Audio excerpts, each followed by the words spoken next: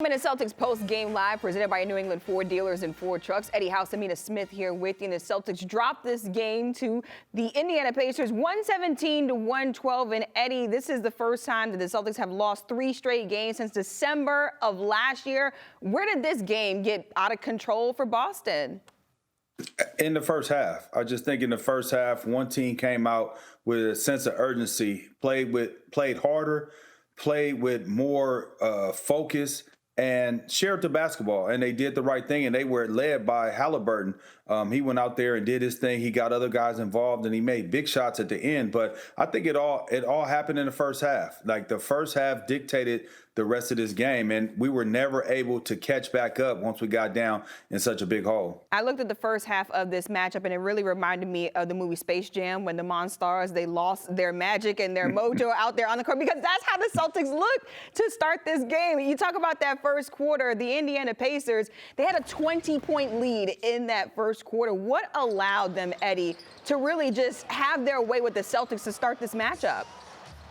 I just think it all comes down to energy. You know, it all comes down to coming out with a sense of urgency, focused, and being able to come out and dictate how the game is going to be played. And I felt like the Pacers established that from the first quarter, while the Celtics came in thinking again, hey, we're the Celtics, we're at home, we're just going to come in here, and it's going to be an easy one. We'll be able to turn this switch on. Yeah, they got it going in the second half, but it's so hard. Once you get a team going and give a team confidence, it's hard to turn it off. There's pros on the other side too. So to me, it all started with the Pacers coming in with a mindset that they were going to be the aggressors. They were going to attack. They were going to play with force, and they were going to play with more energy. And that's what they did in that first half. Credit to the Celtics. They tried to come back in the second half. They started looking like themselves in the second half, but, you know, too little too late. Boston has now lost the last 5 of their 6 games. Where does this loss against the Pacers leave Boston right now? I think you got to take a long look in the mirror, and I think everybody from top to bottom, I think they got to take a look in the mirror and say, hey, what are we doing out here? What are we doing? Like, we can't be this good and then be this bad at the same time. It just doesn't make sense. You look at how well they played in the second half. They had 18 assists in the second half. They only had 8 in the first half, right? The starters combined for 11 points total. Had 0 points. The other starters, besides Jason Tatum and Jaylen Brown, they had 11 points. Horford, Pritchard, and White in total. And then in the first half, they had 0. So, I mean, guys got to start stepping up. You know, guys got to start playing. Guys got to start playing with a sense of urgency and understanding that, hey, man, you know, every single night you're going to get the best shot from every team. And don't think Halliburton's not hearing the chatter of should he be an all-star or not. This is one of them games where he get a notch under his belt right now saying, well, no, I just went over there and beat one of the best teams in the East with the leading MVP candidate, and I went out there and held my own. You got to start looking at me as an MVP. I think the guys got to start realizing that that's the type of team, that's what you're going to get night in and night out from every team. And it doesn't matter if they are at the bottom or if they're mid, or if they're top. You know, you got to get up for every single night. You're going to have to get up. You got to find your own energy. And it took them to be down 20, damn near 30, for them to find it. That's exactly what I was thinking about when you talk about Tyrese Halliburton and all the stuff on social media about him being a quote-unquote wannabe all-star. And I feel like he came into this game with a chip on his shoulder, something to prove, 33 points, 8 assists. How did you see him performing in this game and really taking over this matchup? I think he just dictated the whole game, the pace of the game. He got other guys involved. Every big shot or every big play that was made, that needed to be made, he was the guy doing it. Whether it was from a pass, whether it was from a shot, he just went out there and put that team on his back and basically said he felt like he was the best player out there on the court. We know what Jason Tatum is, but he went out there and said, I'm the best player. And tonight, he was. Let's just keep that real. From start to finish, for 48 minutes, you could look up and say that Tyrese Halliburton put a stamp on this game, and the only reason why the Indiana Pacers won is because of all the things that he was able to do to help his team get to the victory. Let's bring in Scal right now, who's live inside of TD Garden. And Scal, you told me earlier that this Pacers team, that they weren't dangerous, but I told you coming into this matchup that on paper, of course, the Celtics look better, but the way the Pacers are playing right now, they're going to give the Celtics a run for their money. What happened tonight with Boston? Man, they saw you wearing their Pacer color in that dress.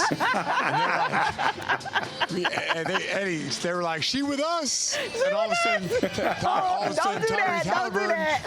Tyrese Halliburton is thinking, man, I got fans over there. He heard me talking about him on the radio this morning. He came up to me and hollered at me and said, hey, thanks for stamping me as an all-star. And I go, hey, man, I can only call out as I see it. Then he goes 33 and 8. So, yeah, I mean, today, we can talk about Halliburton, we can talk about the Pacers. This is Celtics in the first half, sleepwalking through.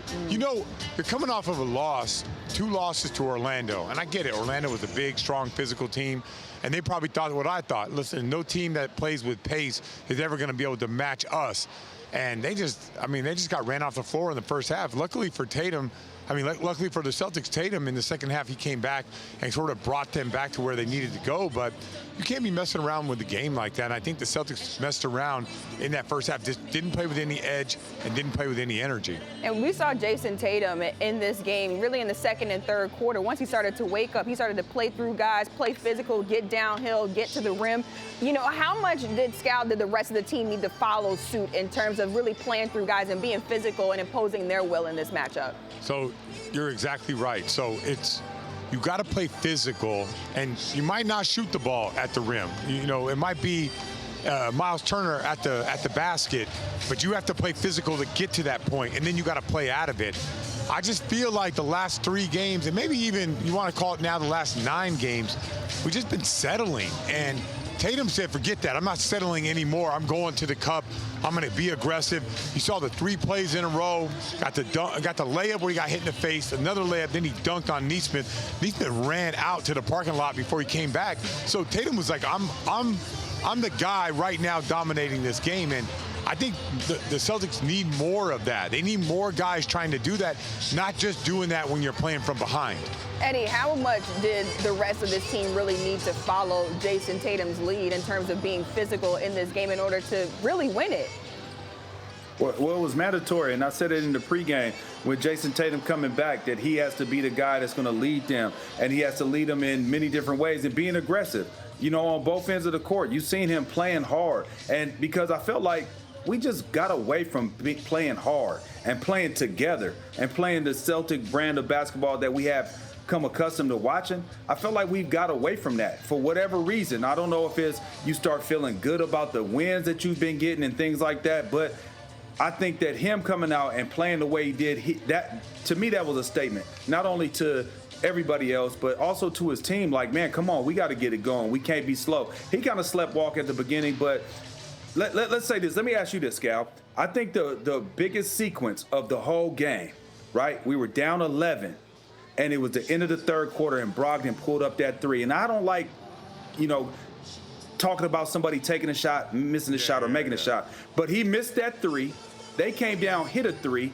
We made 2 free throws, and then they came down, hit a 3 at the end of the buzzer, and we're down 15. When we had an opportunity to get under double figures, I felt like that was like the biggest sequence of the game because we never really was able to like get that traction again that we had going, that we could have had going into the fourth quarter. And you know how that Garden is. If you get that momentum going into that fourth quarter, you could just live off that the whole fourth quarter. Yeah, you're right. Like if the Celtics get a dunk on that play, maybe Indiana doesn't get a 2-for-1 opportunity, so then Duarte doesn't hit that 3.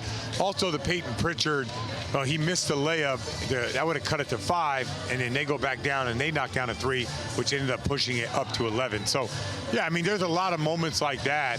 But I think what we're seeing more than anything, Eddie, is we're playing like we're all Steph Curry, and we ain't Steph Curry. Like that guy, he can take any shot he wants out of transition, but sometimes you just got to go to the basket and get a few easy ones and build some momentum, and everything don't have to be a home run. And I think we're sort of finding that out right now. Yeah, I think the Celtics really got comfortable with that 3-point shot, and now it's kind of coming around to bite them at this point in the season. All right, thanks so much, Scal. Let's send it out to Abby Chen, who's with Joe Mazzulla right now.